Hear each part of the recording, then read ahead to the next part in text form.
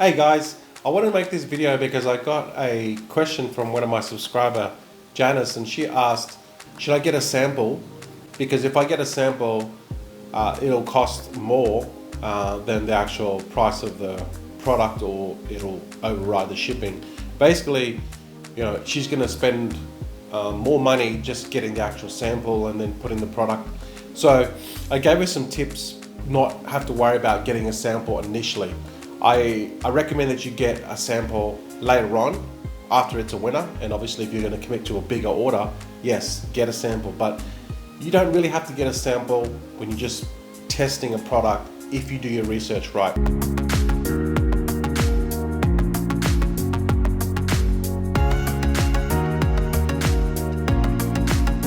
So for this example here, I've got a it's just like a gaming backpack, all right, and at the back of it, it's just got a security feature where you can only access it from the back. Okay, you can't access it from the front. So these are like anti-theft type of backpack. Okay, it's just this very simple backpack. It's got a couple of pockets in there, and it's only light and fairly good quality, and it's got a this kind of mesh foam absorb, so it absorbs your body odor and it's the sweat from the laptop. Now, with that said, with this particular item, if I was to get this item and I was to put it on Amazon, see, I know a little bit about this product already, all right? So I already have prior knowledge, and that's pretty important if you're going to go into that, sell that product. Have at least a little bit of knowledge, okay?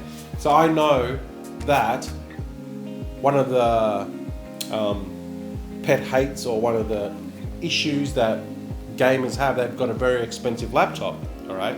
Some of these laptops can range from $2,000 to $5,000 because gamers they are very serious about games.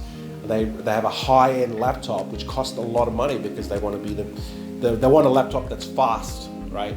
So that's very important to them. And then why they have this laptop is, the reason they're going to buy this laptop is then because of security. No one can access it from the front. They can only access it if you take the laptop off. And since they're wearing the laptop, unless somebody rolls them or mugs them or beats them up, that's the only way they're going to get their laptop. So I already have that prior knowledge, and I also know that if this material is also important because the laptop could weigh a bit, so it has to be comfortable, and also, as I mentioned before, it's got this absorbent material on it, so then when they're wearing it for a long time, if they sweat or perspire, this laptop will still feel comfortable, and it'll still be able to have that circulation between the laptop and their back, okay? So I know those things about the actual end user, and so that's the key to it, knowing a little bit of product knowledge, all right? Now the fabric as well, this is also important because you want a laptop that is waterproof, and this one here is waterproof. So knowing a little bit of knowledge about that is important, because the user will be, probably on the train or probably in public transport, because they're normally Gen Y or they're Gen Z, they're young, in their 20s. And if it rains, it's going to be able to protect their laptop. If the water gets on this very expensive laptop, they're going to be very upset. So that's why this is waterproof. Now, knowing the actual fabric as well, all right? So knowing the different fabrics also is an important factor when choosing this laptop bag. I'm not going to get cheap material that will, within 6 months, it's going to decay, and I'm not going to get material that is not waterproof. See, so these are the things that you have to know when you're picking a product. You need to understand the customer, the end user, and what their needs are, and the material choice. You have to know a little bit about, how well is it made, what's the interior like, what's inside, how many pockets. These are all the things that you're going to need. Has it got a room for a mouse and other things that people will need? A pocket for the phone. All these things are important. Now with a bag, all right, there's not really much going to go wrong with it. If you let's just say that you just totally, screw this whole thing up, and then you just get the bag and you put it on Amazon, and you haven't considered the points where I just talked about because you don't have any knowledge of it, but you still got the laptop and you just happen to get a laptop bag and put it on and it starts selling, all right? With an actual bag, there's not really much that's going to go wrong with it, okay? There's no moving parts, liability wise, the danger is not there. It's a simple product, and it generally will sell well, and it's like an evergreen product as well. It's not like a fad or anything, okay? So there's some things with the bag. It's not really a big decision that you kind of have to make, okay? It's a bag, okay? There's no big deal. So let's head over to my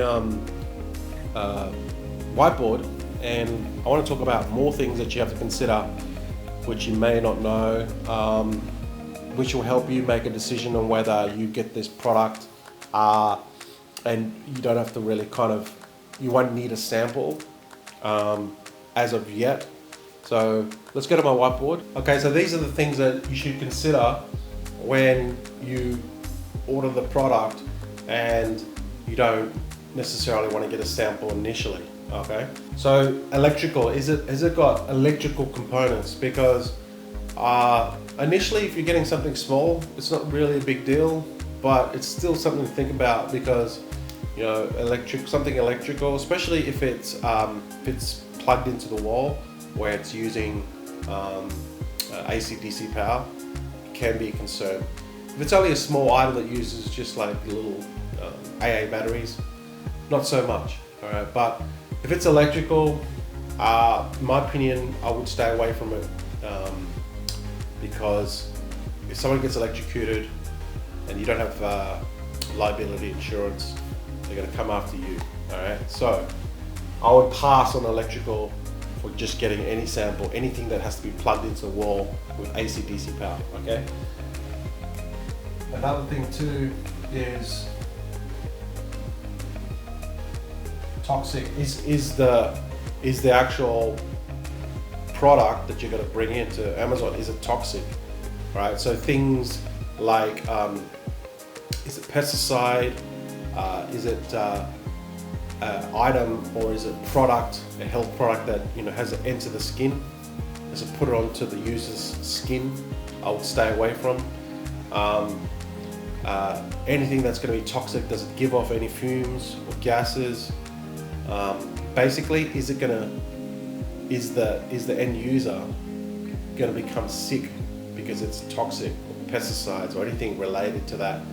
I would definitely stay away from, because if there's a big issue, if someone gets sick, you're liable, okay? Toxic, another one. That says patent. You can read my writing, it's not very good. So is the product patent? Has it got like some sort of patent on the product? Is it like, has a supplier already created this product, put the designs and patent the design or the mechanism or something that has to do with this actual product? You can just go on Google and look up patent designs, and find out whether this actual product is patent, all right? If you're not sure about it, and it's just like, it could be, just pass on the product, all right? Because you don't want to get on Amazon and then discover that the product is patent. Even if it's only 10 samples, it's no big deal, but if you do your research prior, you won't have those headaches. So stay away from anything patent, okay?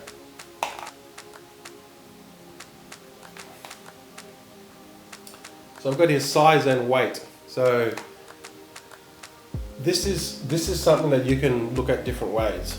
All right. Now, if you're just going to get 10 pieces and it's bulky and it's weight, and the weight is quite a bit, if it weighs say 20 kilos, there's two ways you can go about it. All right. You can actually get the product in sea shipping, so get them to ship it to your Amazon sea ship it. Just do DDP. But obviously you're not going to get this through air freight because it's just going to cost too much, right? It's just not going to be profitable for you. So why I got this here is because it's still, don't discount big size items and weight, because the majority of people, or the sellers that I've seen, especially new sellers that come on Amazon, is they always pick small items that are light, that they can ship either air freight. And these type of items are littered with newbies. They all go for this, all right? So by just totally going the opposite of a bigger item and something that's way more, you're not gonna get all these sellers that are going for this. It's gonna be less competition because they're just not gonna bother with that. If just go on kitchen and dining on Amazon and just go and have a look at all the items that are $10, $12, $15, and they're all littered with newbie sellers because that's the first thing they do. So go against what everyone else is doing. You can even pick up, I've seen a lot of products that are $2 or $3, $5 that are large in size and weigh a lot. And then I go on Amazon and there's literally no competition because people are not looking for this. They've got this one-track mind of what they're looking for, from a YouTube video or some sort of course they've bought. I only go for small items, I only go for light items, I only go for this, that, Don't set yourself to be boxed in by that type of thinking. Your goal is to get a product that is profitable. That's the goal, all right? With less competition, you can put up and you can make some money fast. If it's large and weighty, you'll figure out a way to get it to Amazon, okay? So that's that.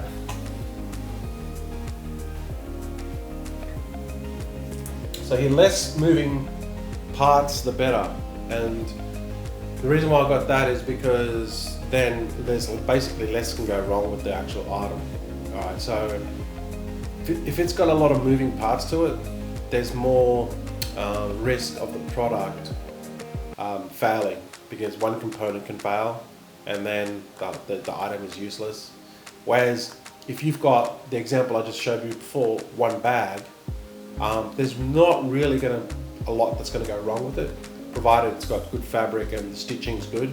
They've made it well. Like there's no moving parts. So maybe the zipper, but it's not going to be like something like a watch where it's got all these moving parts in it, and if it's a cheap watch, it could stop.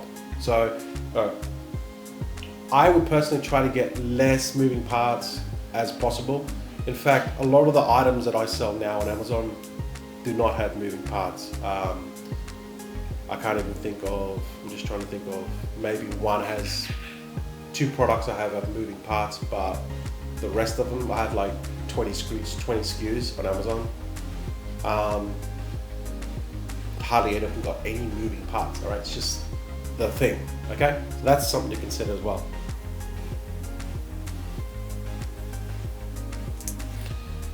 So I've got here no branded items. I know that one there is pretty obvious, but there's still people that don't know this, all right? So what I mean by brand items, you can't go and buy an iPhone and sell it on Amazon and get it from a supplier because you have to go through a reputable authorized seller, like the actual iPhone company itself, to get them. So, and you can't go out and buy some sort of branded product like, I don't know, any type of item that has got a brand name, Samsung, iPhone, Apple, anything that has a branded name, you can't just get from China from any old factory, have the branded name on there and start selling it as Dell or IBM.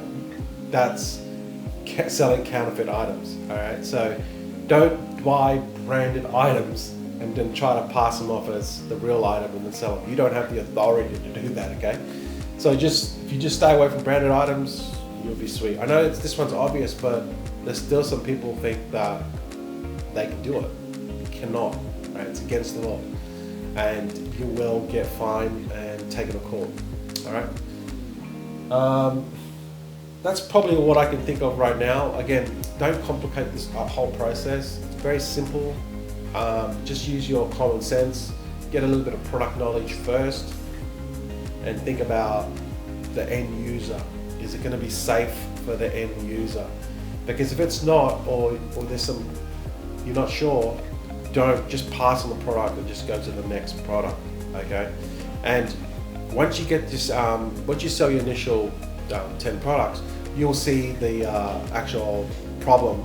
If there any are problems with the actual product that your initial 10, then what you can do is, if it's a winner, if it sells like really quick and it's a winner, and you're going to order like another 50 or 100 pieces, then you might want to invest in a sample to see how you can improve it. Then you commit to that bigger order. All right, and so that's the way I would do it. Don't worry about the sample initially, and just get your 10 pieces, get them up, selling. If it doesn't sell, then you don't have to worry about anything. You haven't invested in the sample to pay for shipping as well for the sample. You just bought 10 pieces, sent it to Amazon. It didn't sell, fine. Just like drop the price to the cost price and just liquidate it and just move on to the next. All right.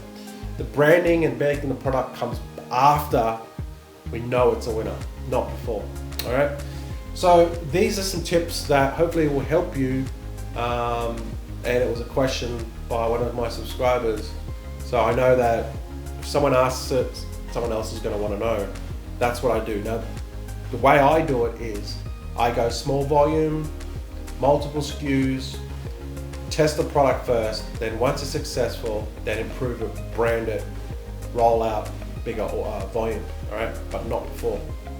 So if you have any questions, leave some feedback and I'll make some more videos on it, okay? So I am focused about Amazon Australia. And don't forget to like and subscribe.